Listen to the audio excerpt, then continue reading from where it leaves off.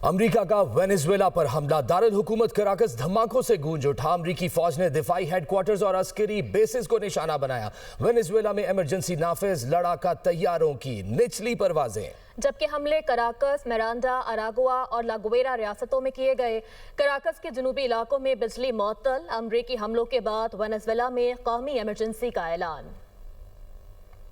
आलमी मंजरनामे में एक और जंग की बाज़गश्त सुनाई देने लगी। अमरीकी अफवाज के वेनेजुएला के दारुल हुकूमत कराकस पर फजाई हमले, मुतादिद मकामात को निशाना बनाया गया। हमलों के बाद कराकस के जनूबी इलाकों में बिजली मुअत्तल, शहरी खौफो हरास का शिकार, गलियों और सड़कों पर निकल आए। अमरीकी सदर डोनाल्ड ट्रंप ने हमलों की तस्दीक करते हुए कहा कि अमरीका ने वेनेजुएला और उसके लीडर पर बड़े पैमाने पर हमला किया है। वेनेजुएला के सदर और उनकी अहलिया को पकड़कर मुल्क से बाहर मुंतकिल कर दिया गया है। अमरीकी सदर वेनेजुएला के मामले पर पाकिस्तानी वक्त के मुताबिक रात 9 बजे प्रेस कॉन्फ्रेंस करेंगे।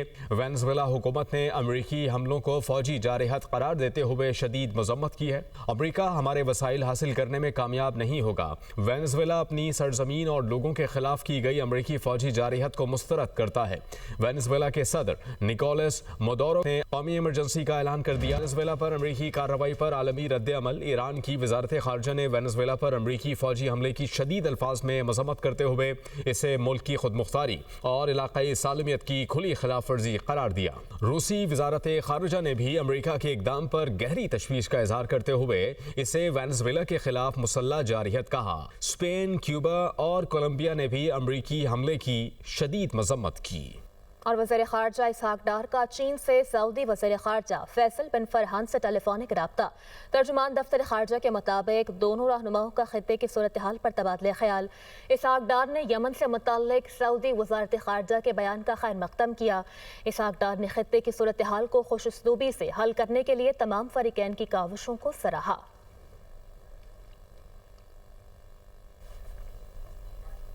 तो नाज़रीन, साल 2026 के पहले सुपर मून का नज़ारा। ये सुपर मून रिवायती तौर पर वुल्फ मून कहलाता है। चांद मामूल से 6 से 7% बड़ा और 10% ज्यादा रोशन दिखाई देता है। जी हाँ, बिल्कुल। साल 2026 के पहले सुपर मून का ये नज़ारा है।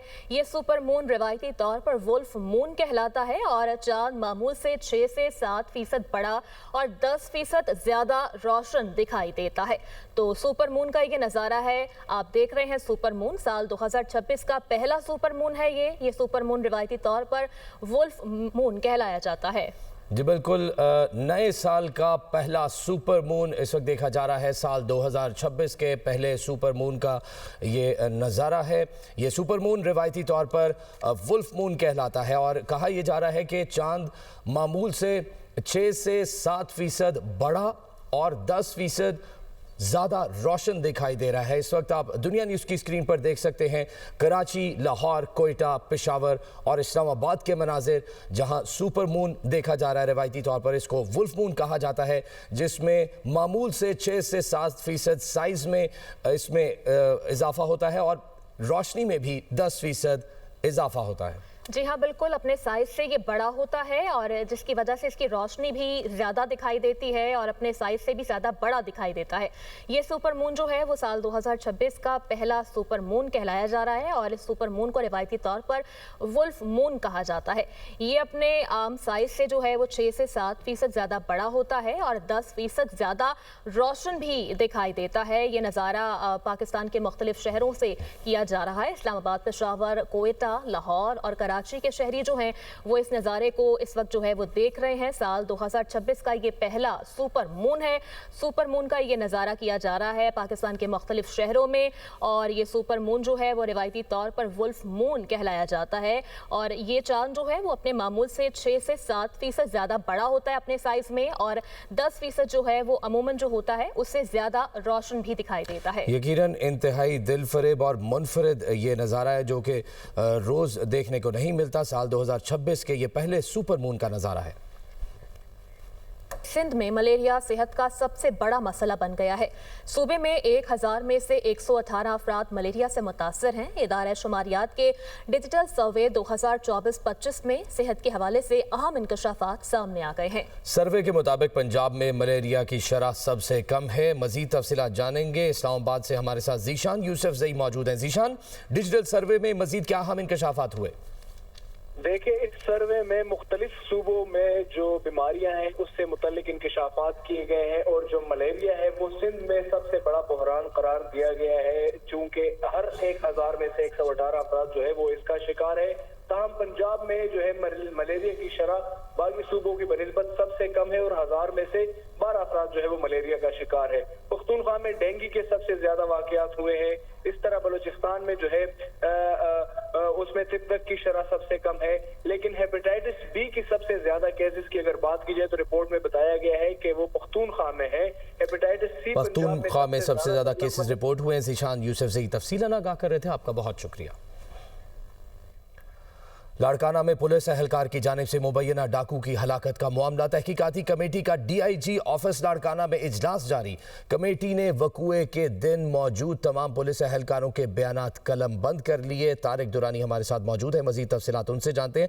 तारिक, आगाह कीजिएगा, मजीद इस इजलास में कौन कौन से अहम उमूर ज़ेरे गौर आ रहे हैं? जी, लाड़काना में पुलिस एहलकार की जानिब से मुबैना डाकू की हलाकत की वीडियो सामने आने वाले वाक़े के बाद IG सिंध की जानिब से कायम की गई जो आला सतही कमेटी थी, इसके अरकान में जो सरबराह है एडिशनल IG हैं CTD Sindh Zulfiqar Larik, SSP Khairpur doctor Samiullah Soomro और SSP जैकमाबाद मोहम्मद कलीम मलिक की सरबराही में ये तहकीकाती कमेटी का इजलास जो है वो DIG ऑफिस में अब से थोड़ी देर पहले इख्तिताम पजीर हो गया है।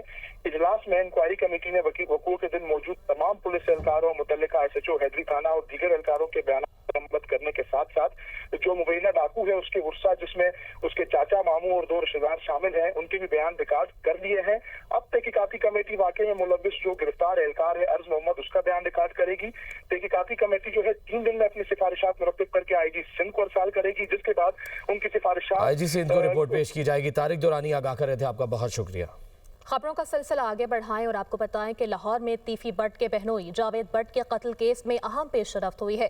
ज्वाइंट इन्वेस्टिगेशन टीम का मरकजी मुल्जिम अमीर फतह के घर रंग महल में छापा। ज़राए के मुताबिक मुल्जिम अमीर फतह अहले खाना समेत घर से रूपोश था। पुलिस ने अमीर फतह के 3 मुलाजमीन को हिरासत में ले लिया है।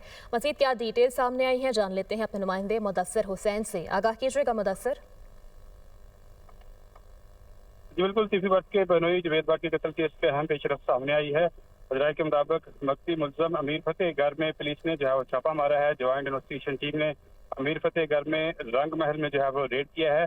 अमीर फतेह अहले खाना समेत घर से जो है वो रपोश था। घर को ताले लगाकर मुल्ज़म पहले ही जो है वो अहले खाना समेत फरार हो चुका था। वज़राए के मुताबिक ज्वाइंट इन्वेस्टिगेशन टीम ने अमीर फतेह के 3 मुलाज़मीन से मरकजी मुल्ज़िमान के बारे में पूछगिछ भी की जाएगी। बहुत शुक्रिया मुदस्सिर, आपने अपडेट किया।